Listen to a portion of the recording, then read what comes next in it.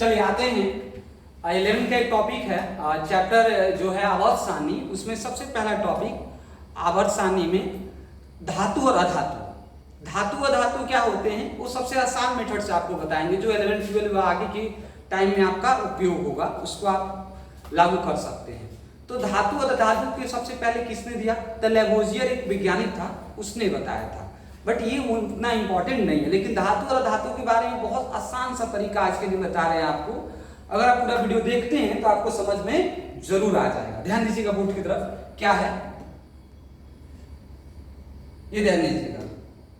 देखिए, अगर आपको लग रहा है कि वीडियो समझ में आ रहा है तो जरूर आप क्या करें कि जरूर चैनल को सब्सक्राइब करें, क्योंकि पता है चैनल जब सब्सक्राइब करते हैं और आगे बढ़ता है तो थोड़ा सा दिल को सुकून मिलता है कि भाई कुछ ना कुछ अच्छा हो रहा है अपने साथ, ठीक है। और वीडियो भी आगे बनाने का अच्छा ट्रिक देने का आदमी को और मन करता है, ठीक है।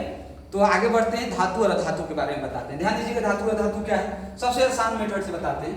धातु है और क्या है, अधातु। समझिएगा,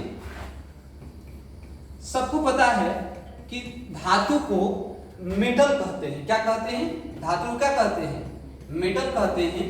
और अधातु को क्या कहते हैं? नॉन।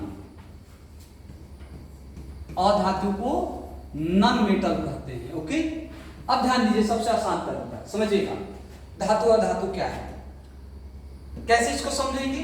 तो नॉर्मल सा तरीका समझिए धातु और धातु का। धातु क्या होता है इसके बारे में मत समझिए, धातु करता क्या है। तो आप नॉर्मल याद रखिएगा, इलेक्ट्रॉन का हानि करता है। इलेक्ट्रॉन का क्या करता है? हानि करता है। और अधातु क्या करता है? तो इलेक्ट्रॉन का क्या करता है? ग्रहण करता है। क्या करता है? ग्रहण करता है। इतना बात याद रखिएगा। अभी हम आपको बताएंगे कि ये कैसे ग्रहण किया और कैसे हानि किया, ठीक है। दूसरा का पॉइंट याद रखिए, धातु पर कौन सा आवेश आता है? धनात्मक आवेश आता है। कौन सा आवेश? धनात्मक आवेश आता है, ठीक है। और दूसरा का पॉइंट, अधातु पे कैसा आवेश आता है? ऋणात्मक आवेश आता है, ठीक है। अब ध्यान दीजिए, जो मेन पॉइंट है वो समझिएगा धातु और धातु के बारे में। ध्यान दीजिए, मेन पॉइंट क्या है। अब आप कैसे कहेंगे कि इलेक्ट्रॉन का हानि कर रहा है, इलेक्ट्रॉन ग्रहण कर रहा है? तो जैसे हम एग्जांपल लेते हैं, यहां पर एग्जांपल लेते हैं, आप ही बताइए सोडियम है, और कैसे सोडियम धातु कहलाएगा? तो आपको पता है कि सोडियम के पास कितने इलेक्ट्रॉन होते हैं? 2, 8 और कितने इलेक्ट्रॉन होते हैं? 1 होते हैं। और आप सभी को पता है कि जब भी कोई तत्व अस्थायी अवस्था में पहुंचना चाहता है तो उसके अंतिम में 8 इलेक्ट्रॉन उपस्थित होना चाहिए। तो आप बताइए सोडियम क्या करेगा कि जल्दी से 8 में पहुंच जाए? तो सोडियम ये 1 इलेक्ट्रॉन अपना क्या करेगा? हानि करना चाहेगा, लॉस करना चाहेगा, त्याग करना चाहेगा। तो जब 1 इलेक्ट्रॉन ये त्याग करेगा तो याद रखिएगा, इस 1 इलेक्ट्रॉन त्याग करने पे इस पे कैसा आवेश आ जाएगा? धनात्मक आवेश आ जाएगा। और 1 इलेक्ट्रॉन क्या हो जाएगा? चला जाएगा। तो आप देखिए 1 प्लस आ गया, मतलब 1 इलेक्ट्रॉन चला गया, तो कितना बचा इसके पास? इसके पास कितना इलेक्ट्रॉन बचा? 2,8 इलेक्ट्रॉन बचा। ये क्या है? धातु कहलाता है, ठीक है। इसी तरह से हम बहुत सारे एग्जांपल ले सकते हैं। इसी तरह से अगर हम कहें अधातु, क्या कहेंगे? अधातु किसको कहेंगे भाई? जो इलेक्ट्रॉन का क्या करे? इलेक्ट्रॉन का क्या करे? हानि, इलेक्ट्रॉन का ग्रहण करे। अधातु कैसे ग्रहण करेगा? तो जैसे कि एग्जांपल लेते हैं हम यहां पर अधातु में, जैसे लेते हैं फ्लोरीन, F। और आपको पता है F के पास कितने इलेक्ट्रॉन होता है? F के पास परमाणु संख्या 9 होता है। तो इसको हम लिख सकते हैं 2,7। तो क्या आप क्या कीजिए कि 8 में पहुंच जाए? तो इसको हम करेंगे 1 इलेक्ट्रॉन जोड़ेंगे। जैसे 1 इलेक्ट्रॉन जोड़ेंगे ना तो ये क्या होगा? ग्रहण किया है ना, आपको लिखवाना है ग्रहण करता है। कितने इलेक्ट्रॉन ग्रहण किया? 1 इलेक्ट्रॉन। जैसे 1 इलेक्ट्रॉन ग्रहण किया तो इस पे कैसा आ गया? माइनस आ गया। लिखवाएं अभी कि धातु पे कैसा होता है? ऋणात्मक आवेश देते हैं। अब बताइए यहाँ पे क्या होगा? 2,8 हो जाएगा।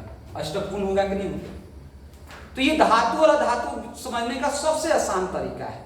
अगर हम आपसे पूछ दें, इसको हटाकर अगर पूछ दें कि बताइए कि ये जो एग्जांपल है मैग्नीशियम धातु है कि अधातु है, सबसे आसान तरीका है धातु और धातु पहचानने का। आप देखिए मैग्नीशियम के लास्ट में कितना है, तो आप बोलेंगे 2,8,2। अब देखिए कि क्या जल्दी करेगा, ग्रहण जल्दी करेगा या त्याग जल्दी करेगा 8 में पहुंचने के लिए। तो आप कहेंगे सर ये 2 इलेक्ट्रॉन त्याग करेगा जल्दी। जैसे ये त्याग करेगा तो कितना में पहुंच जाएगा सर, 8 में पहुंच जाएगा। मीन्स ये क्या करता है, मैग्नीशियम इलेक्ट्रॉन को त्यागता है। कितना इलेक्ट्रॉन त्यागा, 2 इलेक्ट्रॉन त्यागा। जैसे ये 2 इलेक्ट्रॉन त्यागा तो ये क्या होगा 2,8 हो गया। और देखिए कैसा आवेश आ गया, धनात्मक। क्या किया, इलेक्ट्रॉन हानि किया है ना, तो ये क्या होगा, धातु कहलाएगा। वैसे ही अगर हम एक और एग्जांपल कहें कि बताइए ऑक्सीजन धातु कहलाए कि अधातु, तो सबसे पहले ऑक्सीजन के देखिए, ऑक्सीजन के पास कितना है 2,6। अब बताइए त्याग तो करेगा नहीं, लॉस तो करेगा नहीं, तो क्या करेगा 2 इलेक्ट्रॉन ग्रहण करेगा। जैसे 2 इलेक्ट्रॉन ग्रहण करेगा तो इस पे कैसा आवेश आ जाएगा, 2 माइनस आ जाएगा। और देखिए 2, क्या हो जाएगा 8। ठीक है, तो ये सबसे आसान तरीका और यही आपके 11, 12 आगे के एग्जाम में काम आने वाला है, धातु और अधातु समझने का। ठीक है, तो ये धातु और धातु आज के टॉपिक में ले गया। ठीक है, मिलते हैं नेक्स्ट क्लास।